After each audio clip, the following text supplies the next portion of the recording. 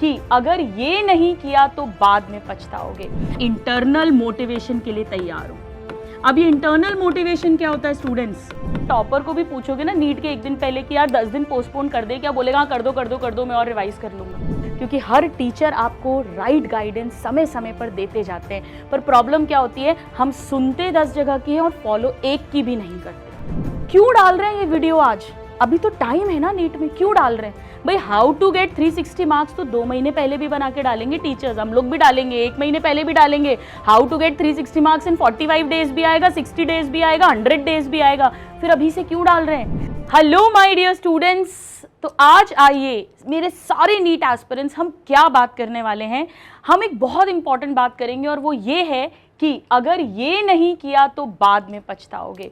आज मैं आपको वो सीक्रेट्स बताने वाली हूँ जिससे बायोलॉजी सब्जेक्ट के अंदर आप 360 आउट ऑफ 360 मार्क्स भी ला सकते हैं।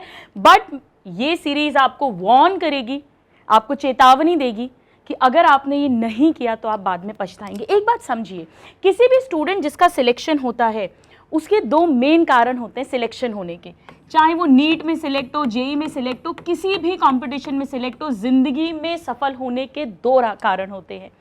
पहला, एक्सटर्नल गाइडेंस, जो बाहर से आपको गाइडेंस मिलता है, जो कि इस वीडियो में मैं पूरा बताने वाली हूँ। ये टेक्निकल पार्ट है कि सब्जेक्ट में हमें क्या ध्यान रखना है, हमें क्या पढ़ना है, अगर हमने क्या नहीं किया जो हम पछताएंगे, ये सारी टेक्निकलिटीज मैं आपको अभी बताने वाली हूँ थोड़ी सी देर में। पर यहां तक सुनने के लिए वही स्टूडेंट रुके जो नंबर दूसरा पहलू, और वो है इंटरनल मोटिवेशन के लिए तैयार हो। अब ये इंटरनल मोटिवेशन क्या होता है स्टूडेंट्स? आप लोग मोटिवेटिंग वीडियोस देखते रहते हो, आधा घंटा पौन घंटा मोटिवेट होते हो, उसके बाद फिर वही back to zero. Internal motivation का मतलब होता है राइट एटीट्यूड का होना, सही एटीट्यूड का होना।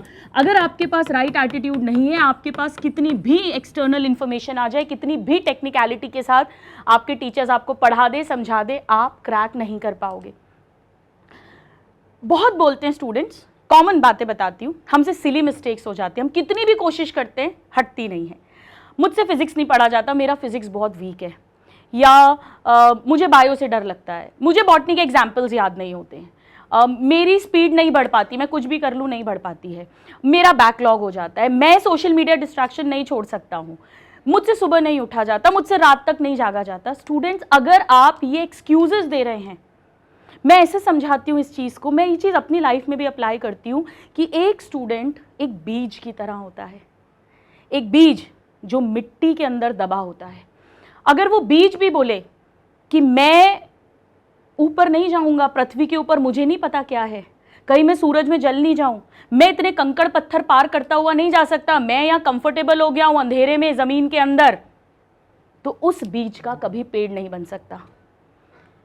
आप उसी बीज की तरह हैं।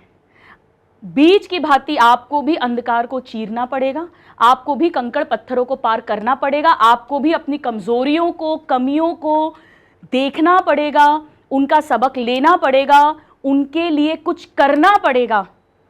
तभी आप उस बीज की भांति पृथ्वी के ऊपर आएंगे, आपको सूर्य के दर्शन होंगे, आप में फल लगेंगे और लोग आपके नीचे आके छाया लेंगे, आप छायादार पेड़ बनेंगे। यानी आप अपने जीवन में खुद भी सफल होंगे और आपके आसपास आपका परिवार, आपके माता पिता, सब लोग भी आपसे कुछ गेन करेंगे। पर आपको वो करने के लिए तैयार होना पड़ेगा। अगर आप सिर्फ एक्सक्यूज देते रहे, मुझसे तो नहीं होता तो फिर पड़े रहो उस बीज की भांति, फिर आप कंप्लेंट मत करो, फिर आप हर दूसरे दिन उठकर ये मत बोलो मुझे तो डॉक्टर बनना है, मुझे तो नीट क्लियर करना है, फिर आप हर दूसरा वीडियो मत छानते फिरो कि secret strategy to crack NEET. कुछ भी नहीं होने वाला। अगर आपने राइट एटीट्यूड डेवलप नहीं किया, आप बहुत पछताओगे। अगर आप एक्सक्यूजेस देते रहे, आप बहुत पछताओगे। अगर आप अपने कंफर्ट जोन से बाहर नहीं आए, अगर आप अपनी कमियों के ऊपर वर्क करने के लिए रेडी नहीं है, तो आप बहुत पछताओगे। फिर आप ये वीडियो भी आगे मत देखो, मेरे को आपका व्यू भी नहीं चाहिए, क्योंकि फिर it will be a waste of time. पर अगर आप ये सब कुछ करने के लिए तैयार हैं तो हम टेक्निकल बात करेंगे। मेरे हस्बैंड ने कुछ वर्ड्स लिखे थे जो मुझे हमेशा याद आते हैं, और वो ये थे, मिटा दे अपनी हस्ती को, मिटा दे अपनी हस्ती को, अगर कुछ मुकाम चाहे कि दाना खाक में मिलकर गुले गुलजार हो जाए।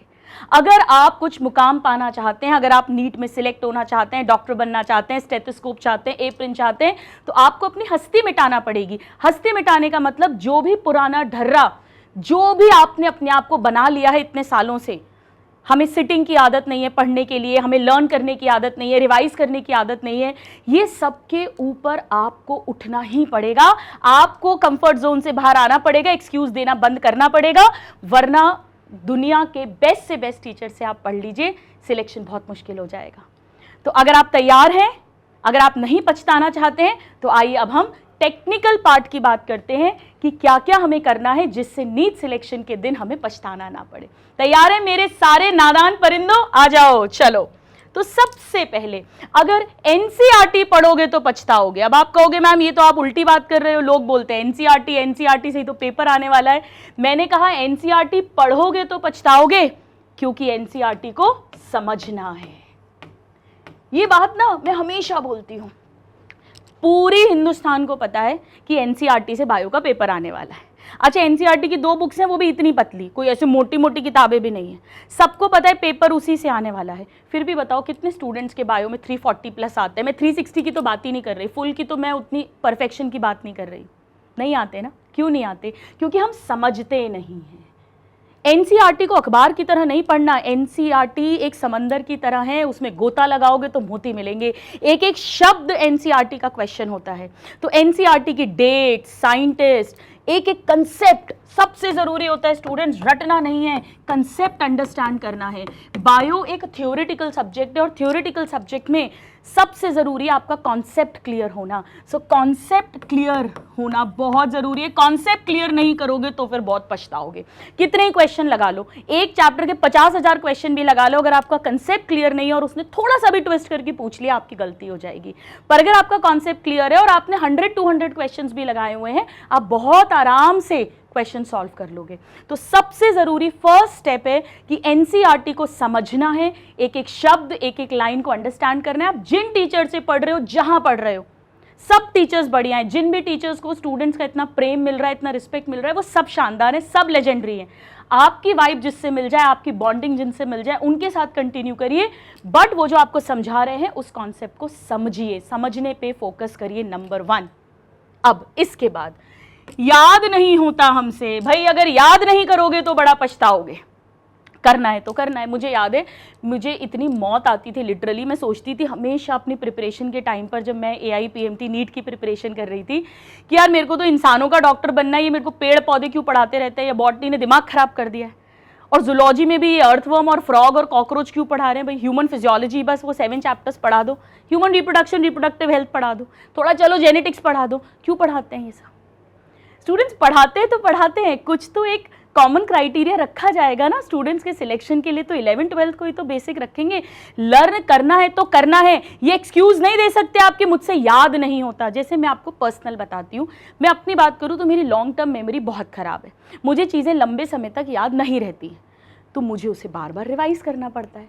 मैं ये थोड़ी ना बोल सकती हूँ कि मुझे याद नहीं रहता, इसीलिए मेरे नंबर कम आए, इसीलिए मेरा सिलेक्शन नहीं हुआ, इसीलिए मुझे आंसर याद नहीं आया और मेरा क्वेश्चन गलत हो गया। मैं ये एक्सक्यूज़ नहीं दे सकती हूँ। याद करना है तो करना है। याद करने का पहला स्टेप ये है कि आप ज़ोर ज़ोर से बोलकर याद करो। एक तो अपने दिमाग से ये हटा दो कि मेरे से याद नहीं होगा। नंबर 1, करना है तो करना है। दवाई कड़वी है तो कड़वी है, खानी है तो खानी है, इंजेक्शन लगाना है तो लगाना है। अब किसी के कैंसर है तो ये थोड़ी बोलेगा मैं तो सर्जरी नहीं कराऊंगा। भाई कैंसर फैल जाएगा, मर जाओगे। तो अगर जीना चाहते हो तो सर्जरी करानी पड़ेगी। तो लर्न तो करना पड़ेगा, जोर जोर से लर्न करो, कम से कम इतना तेज कि आपके कानों को सुनाई दे, ज़्यादा से ज़्यादा भले ही पड़ोसी को सुनाई दे। तो स्टूडेंट्स जोर जोर से लर्न करिए, मन ही मन में लर्न मत करिए। एक और बहुत अच्छा तरीका होता है, अपने साथ जब भी बैठो तो एक रफ रजिस्टर लेकर बैठो, रफ रजिस्टर और पेन। तो सपोज आप कुछ भी याद कर रहे हो, सपोज आप याद कर रहे हो कि mitochondria is the powerhouse of the cell, तो वो शॉर्ट में आप लिखते जा रहे हो माइटोकॉन्ड्रिया पावर हाउस। क्योंकि किसी भी चीज़ को जब हम लिखते हैं तो वो दिमाग में ठोस हो जाती है, वो सबकॉन्शियस माइंड में जाती है। तो हमेशा एक रफ रजिस्टर और पेन या पेंसिल लेकर याद करिए और ज़ोर ज़ोर से बोलते हुए याद करिए। ये टिप आप फॉलो करो, आप देखना 7-8 डेज में ही आपकी लर्निंग पावर 100% इंप्रूव हो जाएगी। नाउ लर्न करने से केवल काम नहीं चलेगा, यहाँ पर हमें बार बार भी लर्न करना है, यानी बार बार रिवाइज भी करना होगा। एक बात ध्यान रखो स्टूडेंट्स, लर्न जब आप करते हो कोई भी चीज़ को, फर्स्ट लर्निंग में आपको 90% लर्न हुआ मान लीजिए, तो विद इन 24 आवर्स 24 घंटे के अंदर अंदर आपको उसको एक बार और रिवाइज करना है। ये साइंटिफिक रिसर्च है कि अगर आप 24 घंटे के अंदर रिवाइज कर लेते हैं तो आपने जितना याद करा है उसका 90% तक आपके ब्रेन में रिटेन हो जाता है। और अगर 24 घंटे से ज़्यादा, सपोज 2 दिन 3 दिन बाद आप उस चीज़ को रिवाइज करेंगे तो मात्र 60% 50% मेमोरी रह जाती है, फिर डबल मेहनत करनी पड़ती है बचा हुआ याद करने के लिए। तो आप चाहो तो मैंने वीडियो भी डाला हुआ है, how to revise with online classes, कि हम कैसे डेली जो लर्न कर रहे हैं उसको अगले दिन हमें रिवाइज करना ही करना है। और इसमें बहुत कम टाइम लगता है अगर आप धीरे धीरे ये चीज़ प्रैक्टिस करोगे। तो पहले तो एक बात समझ लो कि एनसीईआरटी का कंसेप्ट अंडरस्टैंड करना है और दूसरा उन्हें याद करना है। यहाँ पर आपकी मदद जो है वो निमोनिक्स कर सकते हैं, जैसे मैं हमेशा शॉर्ट ट्रिक्स बताती हूँ, फ्लो चार्ट्स हैं, है ना, ट्रिक्स हैं, टिप्स हैं, ये सब आपकी मदद कर सकते हैं। कोई भी, जैसे मैं रेस्पिरेटरी क्वेश्चन कैसे पढ़ाती हूँ, फैट और प्रोटीन का, F का उल्टा कर दो 7 बन गया, P का उल्टा कर दो 9 बन गया, पॉइंट लगा दो, तो फैट का 0.7 होता है, प्रोटीन का 0.9। तो ये छोटी छोटी टिप्स जो भी आपके टीचर्स देते हैं, ट्रिक्स हैं, निमोनिक्स हैं, ये आपकी लर्निंग में डेफिनेटली हेल्प करेंगे, स्पेशली बॉटनी पार्ट में ये बहुत हेल्प करते हैं। अब इसके बाद MCQs एंड PYQs। देखो PYQs ना एक तो 2008 से 23 तक के ही लगाना, वो 30-30 साल के PYQs मत लगाना, क्योंकि 2008 में मेजर सिलेबस चेंज हुआ था, उसके पहले बहुत डिटेल में पूछा जाता, तो अननेसेसरी टाइम वेस्ट होगा आपका और कुछ भी नहीं होने वाला है। But PYQs after understanding, very very very important. PYQ का आंसर नहीं रटना केवल, PYQ इतना टिप्स पर होना चाहिए कि 3 बजे भी कोई उठा दे तो उसका आंसर भी बता दो और उससे रिलेटेड पूरी थ्योरी भी बता दो, इतना अच्छे से हमें करना है। अब एक गलती जो बहुत स्टूडेंट्स करते हैं वो ये है कि थ्योरी एंड MCQ का बैलेंस नहीं रखते, MCQ का बैलेंस, और ये बहुत बड़ी गलती है। अगर ये गलती करी तो आप बड़ा पछताओगे, ये वाली गलती। कई स्टूडेंट्स हैं जो थ्योरी पढ़ते रहते हैं, बायो में क्वेश्चन सॉल्व ही नहीं करते, अगर अप्लाई नहीं करोगे एग्जाम में गलती कर दोगे। और कई हैं जो थ्योरी को इग्नोर करते हैं क्योंकि फिजिक्स केमिस्ट्री की आदत होती है और MCQs ही करते रहते हैं, क्वेश्चंस करते रहते हैं। अगर आप 1000 क्वेश्चन भी लगा लो, मैं फिर बोल रही हूँ, और आपको थ्योरी नहीं आती, थोड़ा भी ट्विस्ट करेंगे गलत हो जाएगा, कितना रटोगे। तो आपको इनका बैलेंस करना है।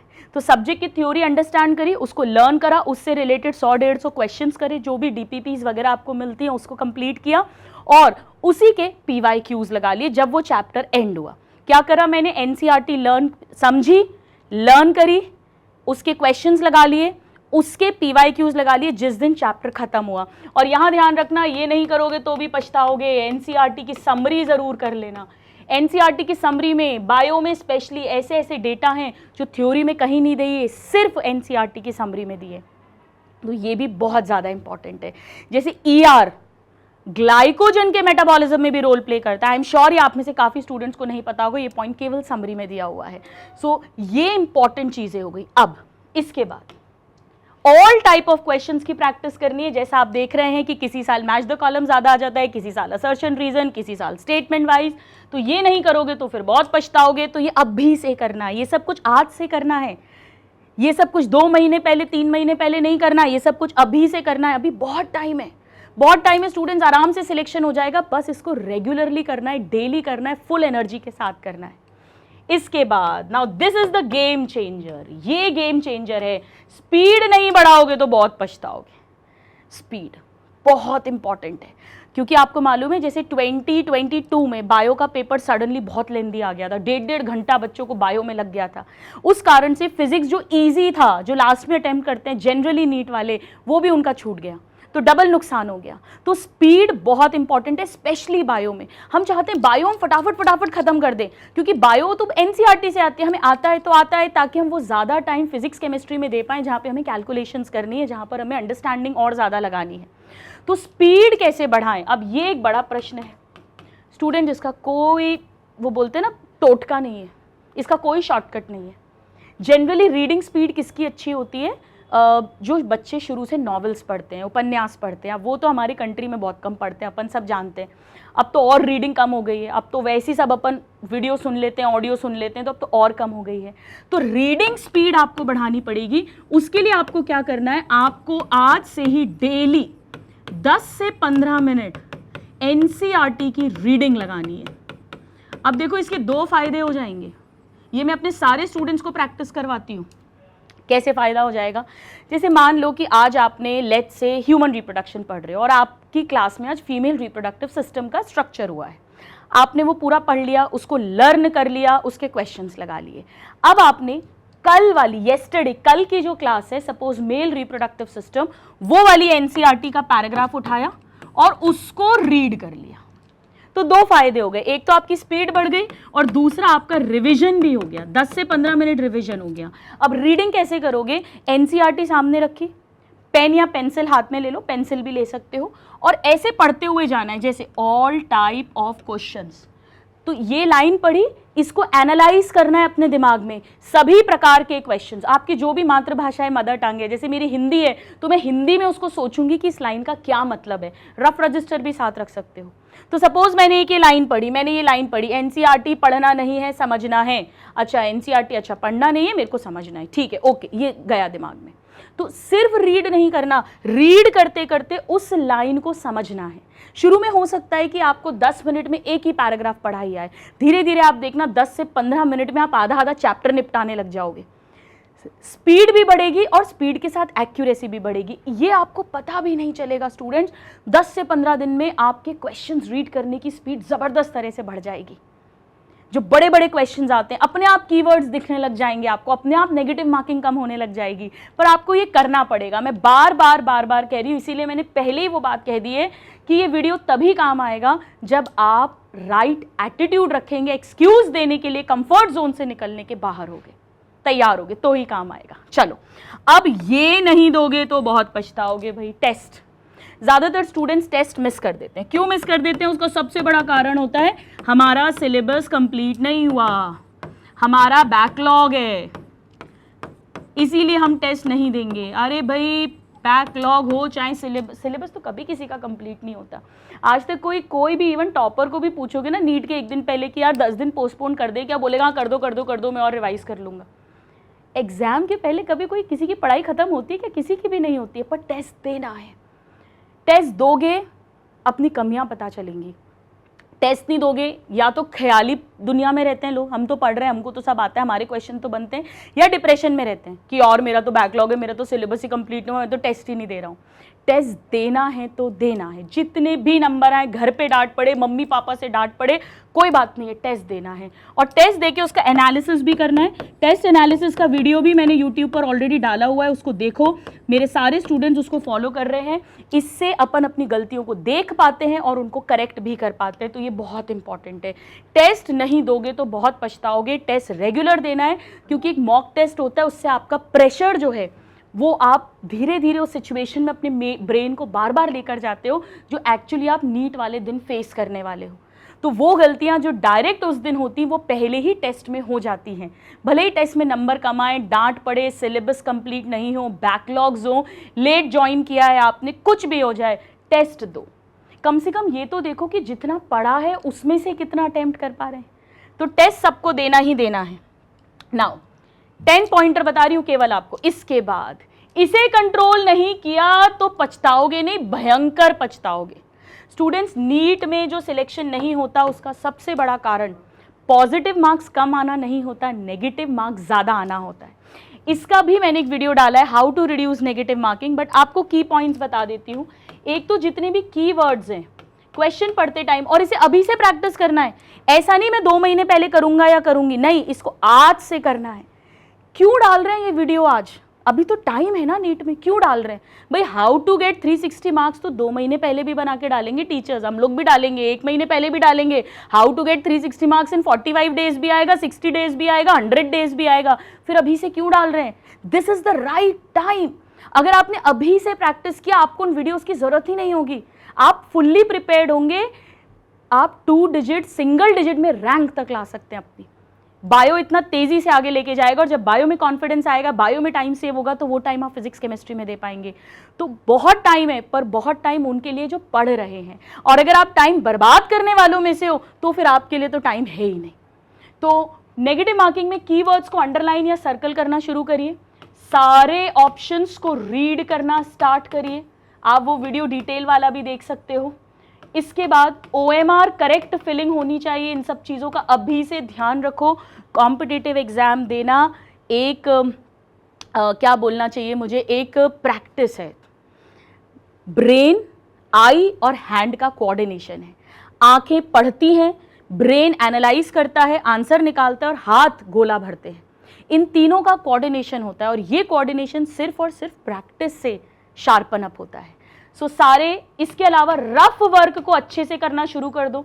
ऐसा नहीं अपन ने रफ वर्क किया, उसमें ऐसा आंसर निकाला, ये पता पड़ा 2 लिखना था, ये 7 कर दिया, आंसर गलत कर दिया। एग्जामिनर को भी मालूम है आप कहाँ गलती कर सकते हो, क्लोज ऑप्शन हमेशा आता है। चलिए, अब ये एक बहुत बड़ा वर्ड है, सिली मिस्टेक्स। मेरी सिली मिस्टेक होगी। सिली मिस्टेक कुछ नहीं होती, मैं हमेशा बोलती हूँ, ये सिली मिस्टेक नहीं है, ये ब्लंडर है। ब्लंडर, ये पाप है, ये पाप हो गया है आपसे, और ये ब्लंडर आपके जीवन में बवंडर लेकर आएगा। ये सिली मिस्टेक्स अवॉइड करना। सिली मिस्टेक्स का क्या मतलब होता है, जैसे आपने करेक्ट, इनकरेक्ट, फॉल्स ये वर्ड ढंग से नहीं पढ़े, आपने गलती कर दी। कितनों के साथ होता है बताओ मुझे कमेंट बॉक्स में, अरे यार मैंने इनकरेक्ट नहीं देखा इसलिए गलत हो गया। पूरा लंबा सा क्वेश्चन था, इनकरेक्ट या नॉट करेक्ट पूछा था, फर्स्ट ऑप्शन बड़ा सा था जो करेक्ट स्टेटमेंट था, इतनी खुशी हुई वो करेक्ट पढ़ते पढ़ते उसको आंसर लगा दिया, भूल गए कि नॉट करेक्ट पूछा था। आदत बनाओ फॉल्स या ट्रू लिखने की। हम लोगों की इंग्लिश इतनी अच्छी थोड़ी ना होती है, not correct, not incorrect, accept this, हमेशा लिख लो क्या पूछ रहे हो, गलत या सही साइड में लिख लो। ये हैबिट बनाइए। OMR करेक्टली फिल करना, रफ वर्क ढंग से करना, क्वेश्चंस ढंग से रीड करना, इससे आपकी बहुत सारी सिली मिस्टेक्स जो हैं वो धीरे धीरे धीरे धीरे कम होंगी। पर ये सब आज से करना है ताकि हम उस दिन ना पछताएं। इसीलिए अभी से हमने शुरू कर दिया है, अपना अभियान अभी से शुरू कर दिया है ताकि हमें पछताना नहीं पड़े। Now revision is very very important. आप इसके लिए वीडियो देख लेना जहाँ पे मैंने how to revise with online classes डाला हुआ है। ये बहुत इंपॉर्टेंट है, जैसा मैंने आपको बताया, वेरी इंपॉर्टेंट। और रिवीजन करना ही है। ऐसा नहीं है कि एक बार सिलेबस खत्म हो जाएगा फिर आखिरी के 3 महीने या 2 महीने में रिवीजन करेंगे। साइमल्टेनियस रिवीजन होना बहुत ज़रूरी है।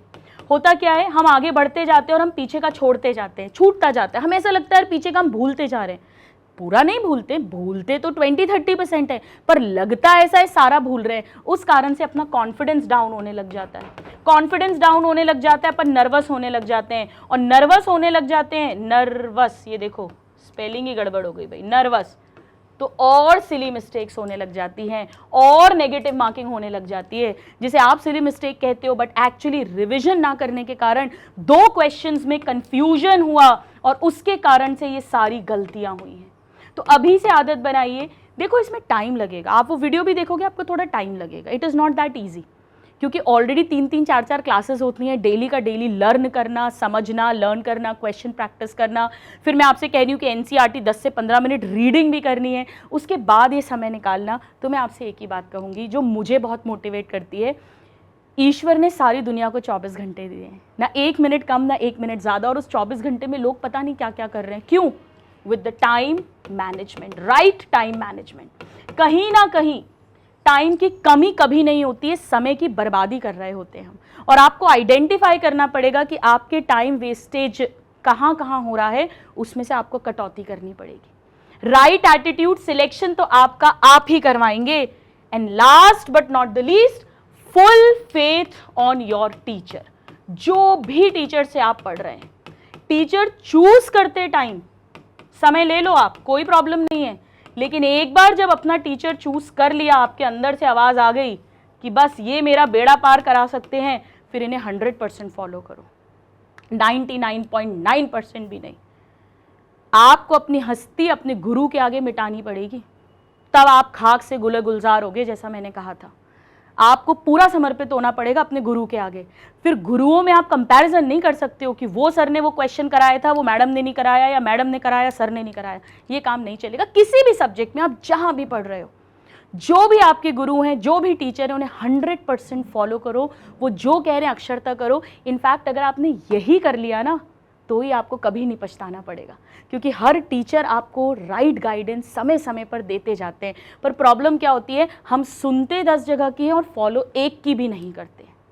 10 किताबें मत करो, जैसे मैं हमेशा बोलती हूँ, एक MCQ बुक, एक टीचर, उनके एक नोट्स, एक टीचर की DPP, एक जगह की test series, more than enough for selection. More than enough, आप टॉप कर सकते हैं, अंडर 10 आ सकते हैं, सिलेक्शन तो बहुत दूर की बात है। So I just hope my dear students कि आप लोग बिल्कुल अपना राइट एटीट्यूड रखोगे। बाहर की गाइडेंस मैंने आपको दे दी है कि कैसे करनी है, और अगर आप ये सब कुछ करोगे तो आपको नहीं पछताना पड़ेगा। तो मिटा दे अपनी हस्ती को, अगर कुछ मुकाम चाहे कि दाना खाक में मिलकर गुले गुलजार हो जाए, तो बस गुले गुलजार हो जाओ मेरे नादान परिंदों। मेरा ढेर सारा प्रेम, ढेर सारी ब्लेसिंग्स आप सबके लिए। God bless you, love you all, thank you.